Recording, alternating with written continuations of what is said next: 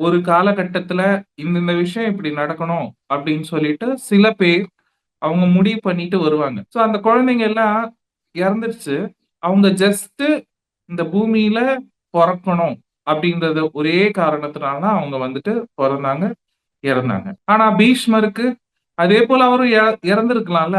ஆனா அவருக்கு அந்த ஆசை அதிகமா இருந்திருக்கு. இந்த பூமியில இருக்கிற நந்தினி எடுத்துட்டு போணும் அப்படின்ற ஆசை அதிகமா இருந்ததுனால, அவரு கடைசி வரைக்கும் வாழ வேண்டியதா இருந்தது. அப்படி இதுல நம்ம தெரிஞ்சுக்க வேண்டிய விஷயம்னா, ஒருத்தருடைய வேலை பூமியில முடியுது அப்படின்னா, அவங்க போக தான் செய்வாங்க. சோ இது எனக்கு புரிஞ்சது. அப்புறமா இன்னொரு ஸ்டோரி.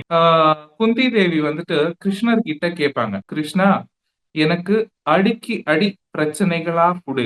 அப்போதான் நான் உன்ன நினைச்சுக்கிட்டு இருப்பேன் அப்படின்னு சொல்லிட்டு. இங்க நான் உன்ன நினைச்சுக்கிட்டு இருப்பேன் அப்படின்னா, கிருஷ்ணர் கிடையாது. கிருஷ்ண தத்துவம். ஓகே. எப்பவும் அந்த தாட்லெஸ் ஸ்டேட்ட இருக்கிறது தான் அங்க குறிக்கிறாங்க. என்ன நடக்கும்? எப்பவும் அந்த ஸ்டேட்ல இருக்கும்போது நமக்கு தர்மம், கர்ம வினை குறையிறது. அப்புறம் இந்த பிரச்சனைகள் மூலமா நெறைய பாடங்கள் கத்துப்போம். எல்லாம் நல்லா இருந்ததுன்னு வச்சுக்கோங்களேன். நமக்கு அங்க பாடங்கள் ரொம்ப கம்மியா இருக்கும். எப்போ நம்ம பிரச்சனைகள எப்படி எதிர்கொள்ளணும் அப்படின்னு சொல்லி நெனச்சு, அந்த வியூல நம்ம பார்த்தோம் அப்படின்னா, அதுல இருந்த பாடங்கள் நெறைய நெறைய கத்துப்போம். அது இன்னும் ருசியா இருக்கும் வாழ்க்கை. சோ நம்மள சுத்தி இருக்கிறவங்கள பார்த்துட்டு இருப்போம். அவங்க அதர்மம் அவ்ளோ பண்ணுவாங்களே!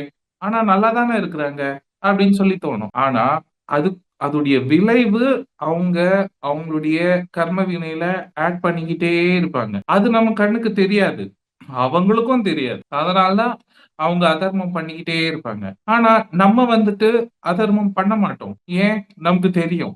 "பொண்ணு தொட்டா சுடும்" அப்படின்னு சொல்லிட்டு. அதனால நம்ம ஜாக்கிரதையா இருப்போம். நம்ம பிஎஸ்எஸ்எம்ல எல்லாரும் சொல்றது அதுதான். ஒரு பிரச்சனை வருது அப்படின்னா, இதுல இருந்து என்ன கத்துக்கணும் அப்படின்ற குறிக்கோள தான் நம்மளுடைய எண்ணம் இருக்கணும் அப்படின்னு சொல்லிட்டு. சோ இந்த பிரச்சனைகள் வர்றதுக்கு காரணம் யாரும் கிடையாது. நம்ம தான். நம்ம தான் எல்லாத்தையும் சூஸ் பண்ணிட்டு வரோம். அதுல இருந்து நம்ம என்ன கத்துக்கணுமோ அத கத்துக்கிட்டோம்னா, நம்மளுடைய வாழ்க்கை ஸ்மூத்தா போகும்.